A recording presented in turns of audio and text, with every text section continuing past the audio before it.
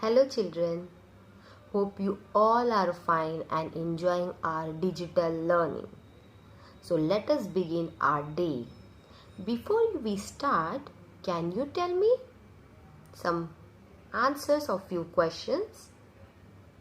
The first question is, for which purposes do we use a calendar? My second question will be, when and why do you turn the page of a calendar? And my last question is, what do the numbers in a calendar tells us? Well. Let me help you with this. We use calendar to identify days, isn't it? Second, we change the page as the month changes, right? And lastly, the numbers of the calendar tells us the date of the specific day. So, today we are going to learn about time. Time has three parts. First, past. Second, present.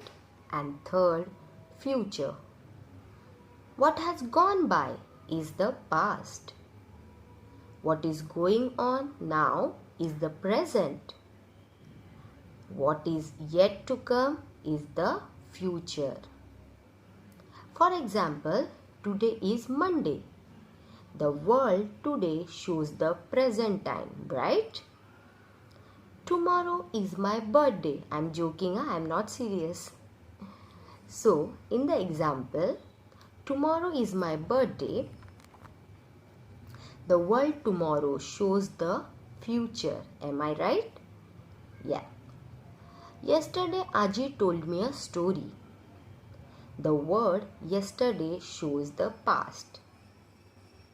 Now, time can be understood using means such as clock, calendar, and school timetable, etc. Do you know it is important to understand time for studying history? Sometimes old statues, coins, and the shards of pottery, etc. are found while digging the foundation of a building. Kids, these things are studied carefully by archaeologists. Through these studies, we come to know about the period of time to which they belong. Now let's understand a unique thing about the newspaper. Today's newspaper becomes old tomorrow. But if we cannot remember a particular fact, we research through old newspaper to find the information we need. You know what this means? This means that today's newspaper will tomorrow become an important means of getting to know history. Interesting fact, right? Now here is one question for you kids. How do we measure time? Think. Yes, correct. To understand time, we divide time into seconds, minutes, hours and days, night, fortnight, month and year. In this way, time can be measured. Here, observe your screen. And can you name some measuring instruments which are visible on your screen? Yeah, right. The first picture is of water clock. Second is an hourglass. And the third is the calendar. These are the instruments of measuring time. Let me tell you something about the hourglass. In the 14th century, the hourglass came into use in Europe. It consisted of two connected glass vessels fitted in a wooden frame. Dry, fine sand was poured into one of the vessels. The connecting hole between the vessels allow the sand in top vessel to fall into the lower vessel. The hourglass was constructed in such a way that it took exactly 1 hour for all the sand to fall from one vessel to the another. The glass was turned over as soon as all the sand had fallen into the lower vessel. This is how a period of 1 hour was measured. These clocks were used in India too. Now let's do an activity.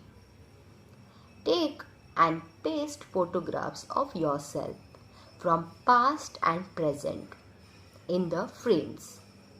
In the frame of future, draw a picture of what you will look like in coming 20 years.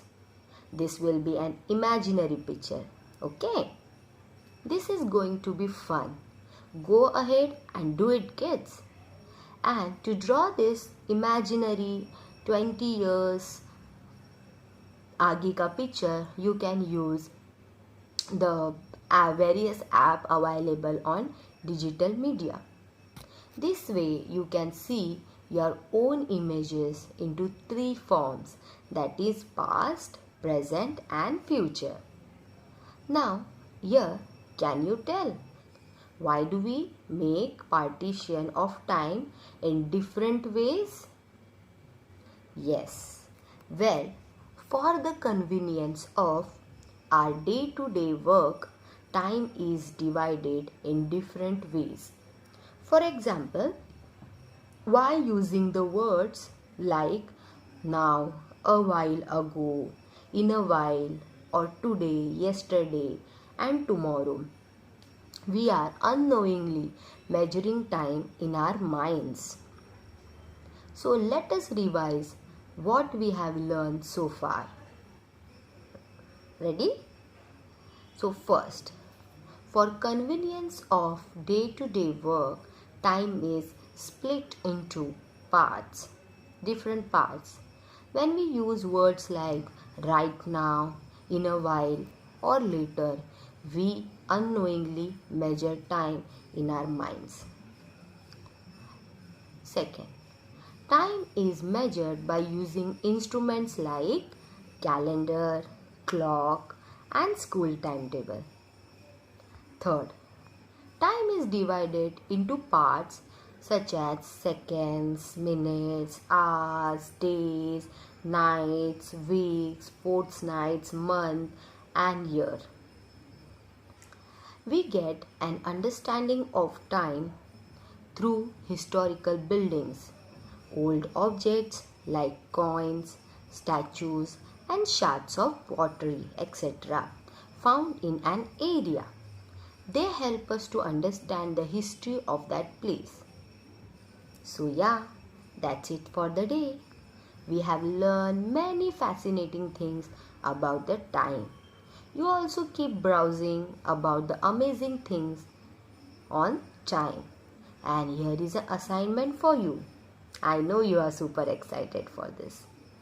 If you could get a chance to design a time machine, where you would like to go, or one thing that you could like to change from your past?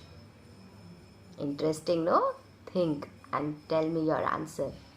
Explain your views through our class email IDs. Till then, bye. Stay home, stay safe. Goodbye.